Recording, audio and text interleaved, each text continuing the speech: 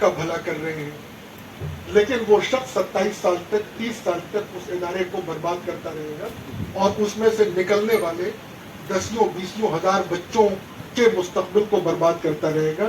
میرا خیال یہ گناہ کبیرہ کی کیٹیگری میں آنا چاہیے، اور میرا خیال ایک عزم تو ہم کو یہ ہونا چاہیے کہ اگر ہم اس پوزیشن پہ ہیں کہ ہم کو ٹیچرز اپوائنٹ کرنے ہیں تو appoint the best possible date is available.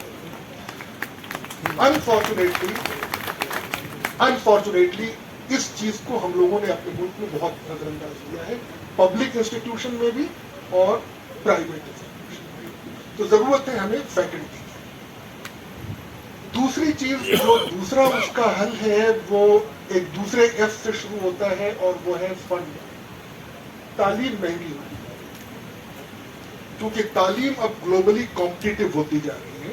اب کمپیریزن کا جو پوائنٹ ہے وہ گلوبل ہے، دنیا کے لحاظ سے ہے، اور اس لیے اس کے لیے جو وسائل چاہیے، جو لیب چاہیے، جو لیبوریٹریز چاہیے، وہ پیسہ چاہیے. تو فنڈ کی ضرورت ہے. فنڈ نہ ہونے کی وجہ سے جو ادارے کھل رہے ہیں نواز صاحب، ان کی حالت یہ ہے کہ پھر ہم ایسے ادارے کھولتے ہیں جس میں کہ انویسٹمنٹ کم سے کم درکار ہو. تو بی اے والے کالجز کھول دیے ٹیکنالوجی پڑھانے کے لیے، اکنامکس پڑھانے کے لیے، لیب نہیں چاہیے. سائنس کے کالج اس لیے نہیں کھول پا رہے ہیں اس کے لیے انویسٹمنٹ چاہیے. انجینئرنگ انسٹیٹیوشن کھل گئے ہیں تو لیکن اب اس میں افورڈیبلٹی نہیں ہے تو اپنے بچے نہیں آ رہے ہیں. تو اب اس فنڈ کا انتظام کیسے کیا جائے؟ کرسچن مشنری ماڈل ہم لوگوں کے سامنے ہے. خواجہ شاہد صاحب نے اشارہ کیا، اتفاق سے ہم بھی ان لوگوں سے جڑے ہوئے ہیں اور اکثر بات چیت ان لوگوں سے ہوتی ہے. ایک بنیادی فرق ہے ان میں اور ہم میں کہ ہم لوگ اس طریقے سے ریلیجیسلی آرگنائزڈ نہیں ہیں جس طرح سے کرسچنز آرگنائز. وہ ایک چرچ کے زمرے میں آتے ہیں، اس چرچ کا اپنا ایک پروٹوکول ہے، اس چرچ سے جو ہے وہ بہت سارے انسٹیٹیوشن جو ہیں وہ سپورٹ کیے جاتے ہیں. بعد میں وہ انسٹیٹیوشن سیلف سفیشینٹ بن جاتے ہیں، لیکن جب تک سیلف سفیشینٹ نہیں بنتے تب تک وہ سپورٹ جاری رہتا ہے. ہمارے یہاں ابھی تک انفرادی طور پہ کچھ لوگ اپنے لیول پر کوشش کر کے اس طرح کا کچھ کام کر رہے ہیں، لیکن آرگنائزڈ وے میں ایسی کوئی حاصل نہیں ہے. تو ایک تو ضرورت ہے کہ اسٹوڈنٹ میں افورڈیبلٹی پیدا کرنے کے لیے کیا کیا جائے. دوسرے، کوالٹی انسٹیٹیوشن کو اسٹیبلش کرنے کے لیے کیا کوئی فنڈنگ میکینزم پیدا کیا جا سکتا ہے. اب پہلے تو ہم لوگ بات کرتے تھے کہ بھئی آپ نے مائنورٹیز کے لیے وہ کمیشن بنا کر کے بینکس بنا دیے، لینڈنگ دے دی، فنانشل انکلوژن ہو گیا. اسی طریقے سے کچھ ایسا کریں کہ ایجوکیشن کے لیے بھی کر دیں. ادروائز ایجوکیشن کے لیے اگر آپ لون لیں تو وہ 18% 19% پر جو بہت مہنگا پڑتا ہے، اور اس کے دوسرے اپنے بیریئرز بھی ہیں، وہ انہیبیشنز بھی ہیں اپنی کمیونٹی کے. تو اس کے بارے میں ہمیں سوچنے کی ضرورت ہے.